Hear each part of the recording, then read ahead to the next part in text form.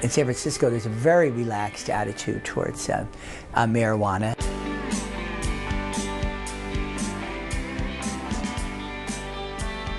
I'm Ammiano, and I'm an assemblyman for the 13th District, which is San Francisco. Lucky me.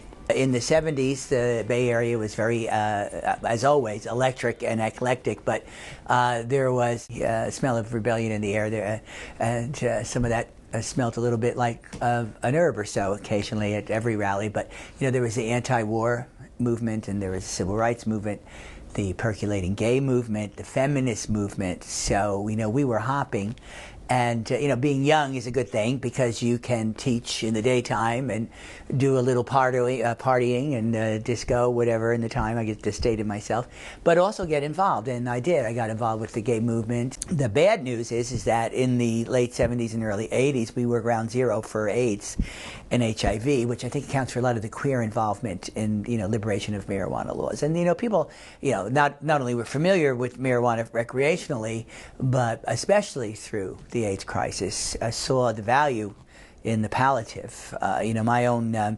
partner passed away because of HIV/AIDS, and in those days the treatments were brutal, and everybody was freaked out. We really didn't know what to do, but we thought getting cohesive would be a good plan. And it's true, people put aside their differences, and it did make a difference in treatment and who got it. But there was still no remedy, and some of the treatments for cancer and those resulted in nausea, and certainly that helped him.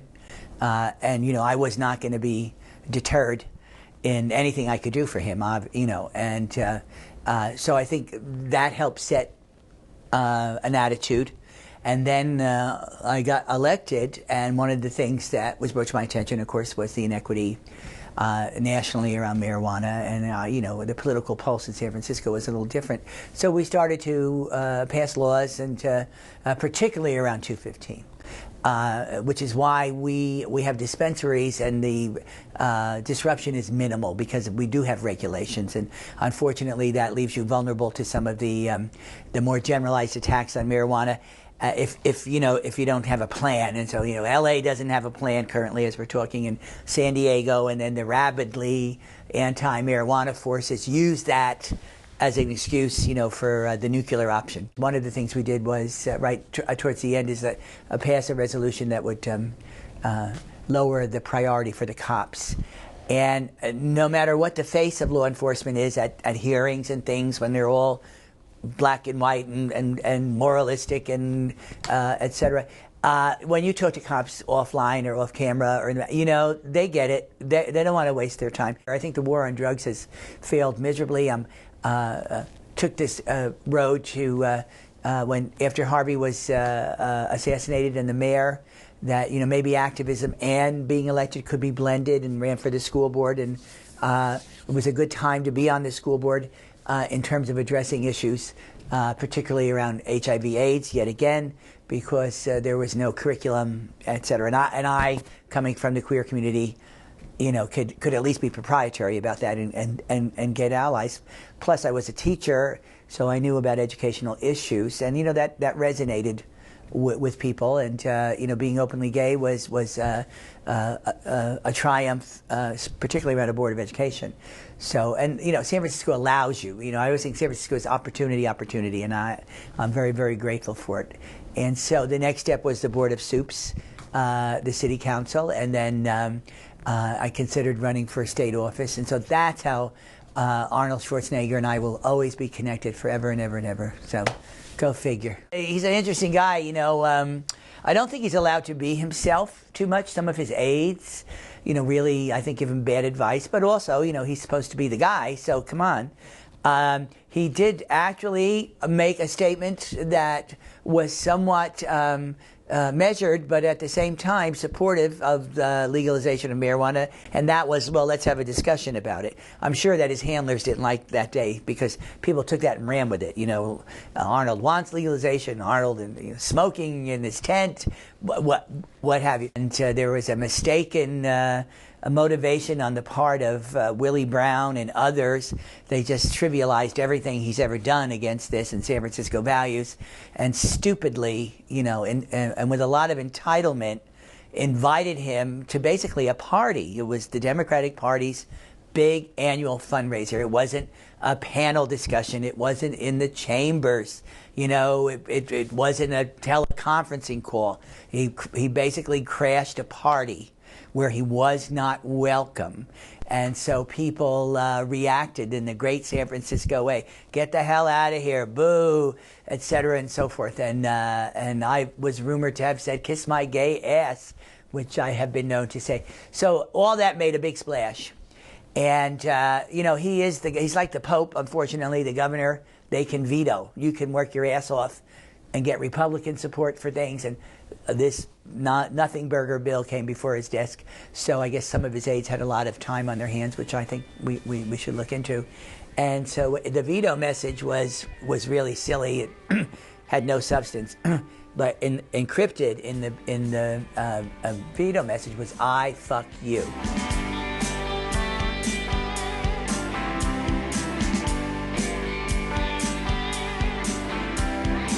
The bill currently is looking good. I have a Republican co-sponsor who has a very libertarian bent, so kudos and to you. And Judge Gray, who probably your audience knows has been terrific. The national conversation around this has been sustained and excited a lot of interest. There's, medical marijuana is always entwined, and so we have Eric Holder, the Attorney General, issuing the edict that you cannot, and of course raid dispensaries, and then of course the DEA, pretty macho guys and girls, they defied it, and they did raid something recently, but that's how it is. It is all gonna work out, and it's sad.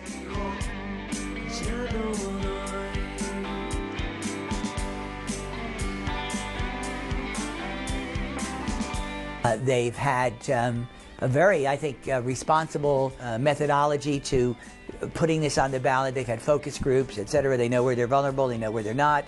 I think they, like me, understand that this could be the time. And, absolutely, let's go for it. Let's have that perfect storm.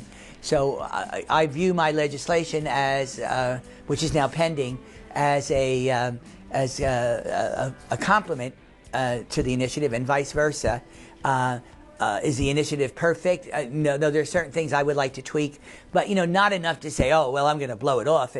This is not the time for that. I think everything on the table, everything positive.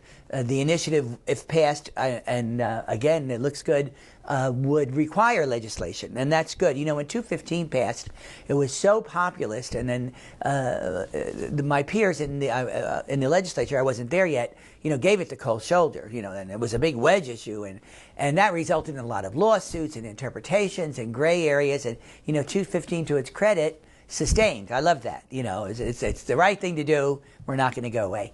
And there are other states now, of course, have medical marijuana. My strategy with the legislature is, look, here's your initiative. It's on the ballot. Look, it's polling. It's going to win. Do you want control or not? And there is an economic issue here for everybody. This is a capitalist country, for better or for worse. I don't mind capitalism as long as it doesn't get too greedy. And we will see an advantage to the state budget too, which is not the only reason, but it is part of the equation, and it does make it a bit more seductive. And the polling in many areas that are considered conservative is good. So it is a new day. It may be a window, and that window might close, around all social justice issues. Sometimes that happens, but things look very, very, very good. And obviously, if it doesn't reach success, say by November or this year, then we just build on that and reintroduce and go for it again. And I think we'll see something very beneficial happen.